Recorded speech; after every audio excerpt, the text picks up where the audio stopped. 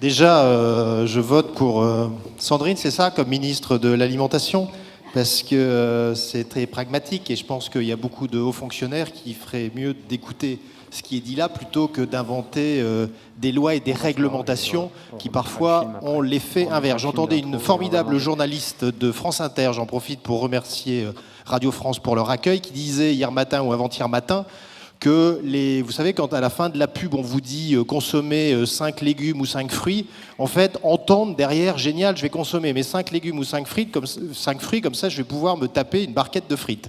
Et donc, en fait, ça a parfois l'effet inverse. Donc, je voulais quand même remercier Brut, qui nous a fait des formidables vidéos. Je voulais remercier Lonsdal, qui depuis longtemps nous accompagne sur l'iconographie. Je voulais remercier nos deux compères, Ariel et Benoît, qui ont fait un formidable travail. Je vous invite à les applaudir. Merci. Et puis, c'est une tradition, parce que nous, on a envie de faire un Food Morning saison 5. Alors, j'ai relevé un certain nombre de mots qui m'ont marqué, qui, dans notre tête, à nous, sont en train de préparer l'avenir. Le mot amour, le mot raisonner.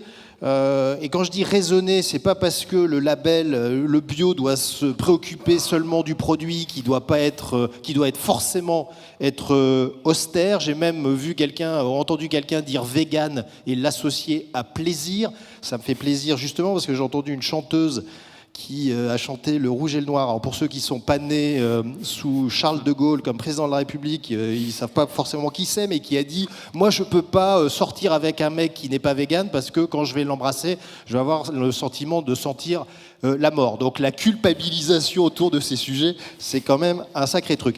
J'ai noté aussi que les acteurs industriels, parce que oui, le bio, oui, les circuits courts, oui, les petits acteurs, etc., mais ceux qui doivent accompagner cette révolution du plaisir et cette révolution du bien manger, c'est quand même les grands acteurs industriels, qu'ils soient producteurs eux-mêmes ou qu'ils soient distributeurs. On a vu plein d'exemples de gens qui, non seulement parce qu'ils ont une conscience personnelle, etc., parce que ce sont des citoyens comme nous, mais qui sont en train de faire des choses absolument formidables. Et expérience, plaisir et rentabilité, ce ne sont pas des notions qui sont, que l'on doit opposer. J'ai vu quand même deux élus de la République qui se lancent dans les startups. Ça m'a fait un peu rigoler. Ça prouve simplement que l'entrepreneuriat, il est partout.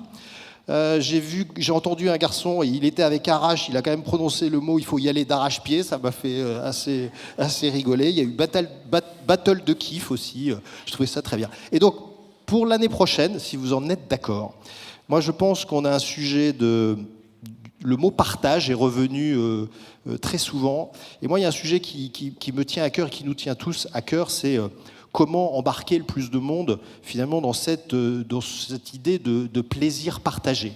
Et j'aimerais qu'on réfléchisse l'année prochaine à en quoi le food, en quoi ce secteur peut être un contributeur de réduction des fractures, en particulier des fractures sociales et territoriales. Donc merci d'avoir tenu jusqu'à 13h35. Il y a des expériences culinaires qui vous attendent, olfactives, gustatives, visuelles, etc. Je vous invite à y aller et à l'année prochaine. Et merci à vous tous. Merci à tous.